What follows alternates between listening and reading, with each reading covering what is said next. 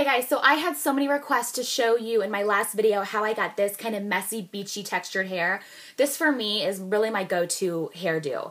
This is what I do when I don't have a lot of time or I don't want to use a lot of heat on my hair really. It's just natural air-dried hair that I have touched up with a conical wand. It's really simple, it's really quick, especially if you have natural wavy texture like me. I am using this curling iron. It's the Les Angelique. It was sent to me by Beauty Choice. It's a conical wand. It comes with a glove. It comes with a couple clips. I never use the glove because it gets in my way. If you have not tried a conical wand, you definitely have to try it out. I think some people at first get discouraged because I know like the Conair one that they sell at Walmart or Target, it's really, really narrow, a lot narrower than this. And so you end up with like gross Taylor Swift looking curls. Some Taylor Swift looking curls are nice. I'm not denying that. But you know what I mean? Just like really thin ramen noodle type of curl. And that's gross. Nobody likes that. But having a bigger conical wand is, in my opinion, ideal in your beauty tool bag. So if you want to know how I got this look, then keep watching. Okay, so this is hair that I shampooed yesterday. I let it air dry. I used my conical wand on it yesterday, and today I have just brushed it out to get any, you know, tangles or knots or whatever out. Now, normally this is what I do when I don't want to apply a lot of heat on my hair, which I'm still using the heat from the conical wand. But normally if I just let my hair air dry with its natural texture, I'll go through and mainly on the sides and top, I'll touch up sections of my hair that are a little bit straighter to give it a little bit more texture. Now, since I went ahead and combed this out, I am going to do a few more pieces than I would normally do, and just to kind of, for the purpose of this tutorial, show you. So I went ahead and sectioned off my hair. I always do it depending on how thick or thin your hair is.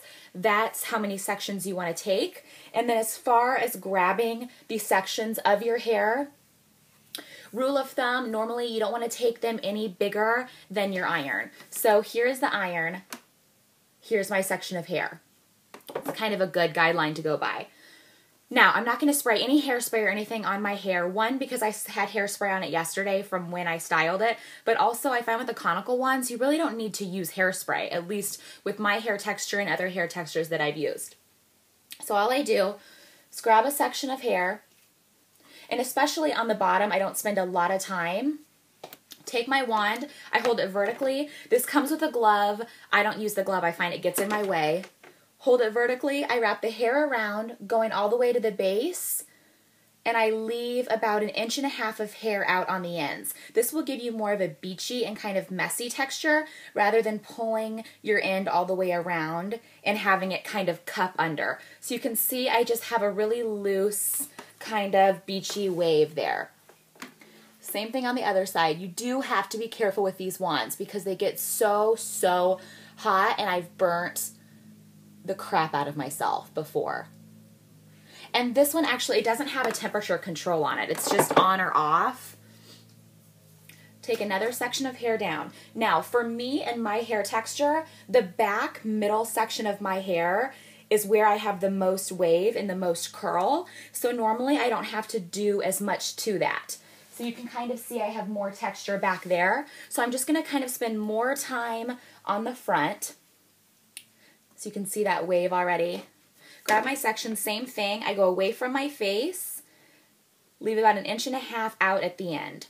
Now I do the same process all the way around my head until I get to the top, and that is where I vary it up a bit. So I'm just going to continue around my head. I'm not grabbing every single piece of hair. I'm just grabbing random sections. Now, like I said, if your hair is straight or super curly and you're trying to change your curl pattern, you'll want to grab every section of hair. Or if you'll want a more polished look, you'll want to grab every section of hair. I like it to be a bit messier, so I don't grab everything. So I'm going to go ahead and finish doing this, and then I'll come back. Okay, so I took this section down, and now I'm at my last section before I get to my crown. Same thing. Grab my sections away from the face. I'm still going pretty close to the root. I'm holding it a little bit longer on this middle section than I did on the bottom.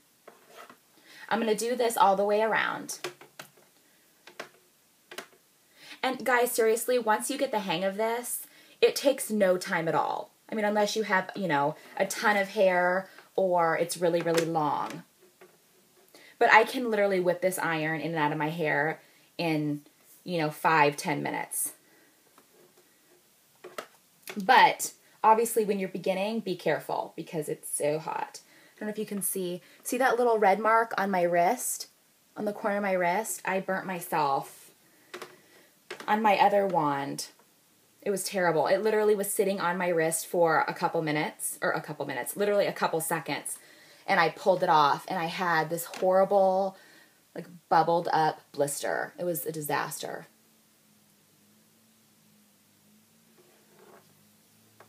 Once again, I'm still not grabbing every section of hair. And I'll show you how we're going to kind of blend it all in together at the end with product. All right, so I have all of this section done. I'm going to pull down my top section.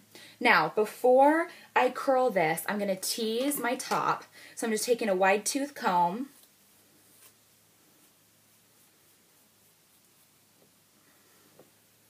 And I always have people ask me about teasing. My hair teases really, really easily. So that is how I get so much volume. And it's really not a secret or anything like that. It's just I'm lucky with my hair texture in that aspect. So I'm just going to go ahead and tease this all first. The reason I tease it first is because if I tease it after, which I sometimes end up doing as well, I end up pulling out a bunch of the wave or the curl that I made. Okay, so once I have that all teased, I'm going to spray that with hairspray just to hold my tease. Now, when I go in with my wand, I am not going to take the wand all the way to the root. So I'm going to grab my section of hair. I'm going to start about in the middle and wrap my hair around, but still leaving some of the ends out. You can see that.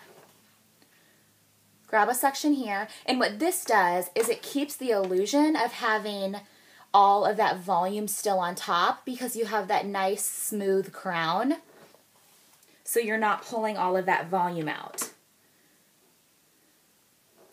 And for me, with my shorter layers, this ends up looking better. If I try to curl all the way to the root, it ends up, my top layer looks way too short, and it's not very flattering. So I'm just going to go around and do the whole crown. And I do normally take every single section in my crown, unlike what I did with my other layers. And really, I do that for a couple of reasons. One, because that's what you see the majority of, but also I have the least amount of wave, like natural wave, in my crown. So this is where I need to put most of it out. And there are so many techniques that you can use with these wands to give you all different kinds of looks. After you're all done doing this, you could brush it all out to give you more of a smoother type of curl. You also, the longer that you hold your hair on the wand, the tighter the curl pattern will be. And the least amount of time, obviously, the looser curl you'll have. And I'm not going to do my bangs. Sometimes I'll take my bangs and kind of flip them out. I'm not going to do that today. I have one little stubborn guy here.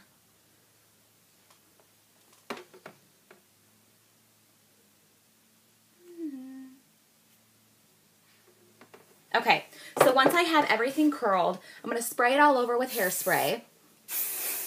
And then I'm just going to take my fingers and shake out my curls. So I kind of grab it, scrunch it, pull them apart. I'm not combing it because I really want the textured look. And brushing it out or combing it out would kind of blend it all together and make it not look so kind of messy. All right, so now, once I have this all kind of undone and messy, I need to fix my bang because that splitting there is killing me. Sometimes I get a lot of questions on bang splitting. I will kind of tease mine at the base, which helps mold it together, so it helps minimize the splitting. And then I'll spray it to kind of help hold it in place. Okay, so once I have that, you could definitely leave it like this. I want to add even a bit more texture, so I'm going to go in with a salt spray. Lots of brands make them. I'm going to kind of stand up for this. So I just lean my head over, I grab my salt spray, hold it about 12 inches away, liberally spray it on my hair, and then I just work it into my hair. So you can see how much more texture and body the salt spray does compared to this side. So I'm going to go ahead and do this side. Work it into my hair. Same thing in the back. Work it in. All right, so here we go. This is it. I absolutely love this. It's so easy once you get the hang of using the wand. So quick, especially if you have natural wavy texture and you don't want to take the time to spray it and then flat iron it, and you know, it's just too time consuming. So here it is. I'm not going to use any hairspray because the sea salt kind of ends up acting like a hairspray as well. So I'm going to leave it like this. Here it is. I hope you like it. If you have any questions on it, let me know. And like I said, I'll link all the information on the wand in the bottom bar. Thanks for watching, guys. Bye.